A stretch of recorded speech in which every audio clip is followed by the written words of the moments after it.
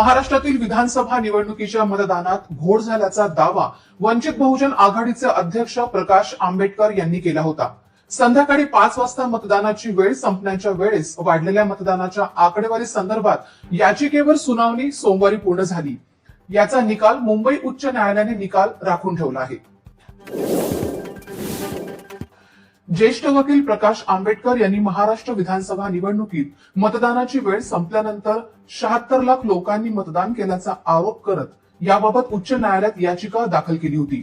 आंबेडकर यांनी गेल्या विधानसभा निवडणुकीत संध्याकाळी 5 नंतर झालेल्या मतदानाच्या टक्केवारीत आणि 2024 मधील 5 नंतर झालेल्या मतदानाच्या टक्केवारीत मोठी तफावत असल्याचे नमूद केले होते। मुंबई उच्च न्यायालयाने महाराष्ट्रातील विधानसभा निवडणुकीत संध्याकाळी 5 वाजल्यानंतर झालेल्या 76 लाख मतांच्या प्रकरणाची सुनावणी केली। यावेळी माननीय उच्च न्यायालयाने दोन्ही बाजूंचे म्हणणे ऐकून घेतले आणि निकाल 25 जून जाहीर करण्यात असल्याचे सांगितले आहे। सुनावणीच्या अंतिम दिवशी ऍडव्होकेट आंबेडकर यांनी जोरदार युक्तिवाद केला। त्यांच्या युक्तिवादाची दखल न्यायालयाने घेतल्याबाबत 25 जून रोजी निकाल जाहीर केला जाणार आहे।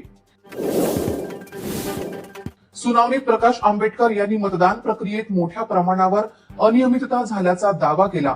मतदानाच्या दिवशी शेवटच्या क्षणी 76 लाखांहून अधिक मतदान झाले। 288 मतदारसंघांपैकी 19 जागांवर घोषित मतांपेक्षा जास्त मतदान झाले, तर 76 जागांवर कमी मतदान नोंद झाले।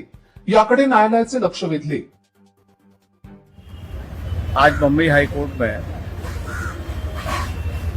76 लाख वोटों का जो सिलसिला था उसके बारे में सुनवाई हुई। दोनों पक्षों को सुना और दोनों पक्षों को सुनने के बाद परसों जो है ये मैटर जजमेंट के लिए रखी।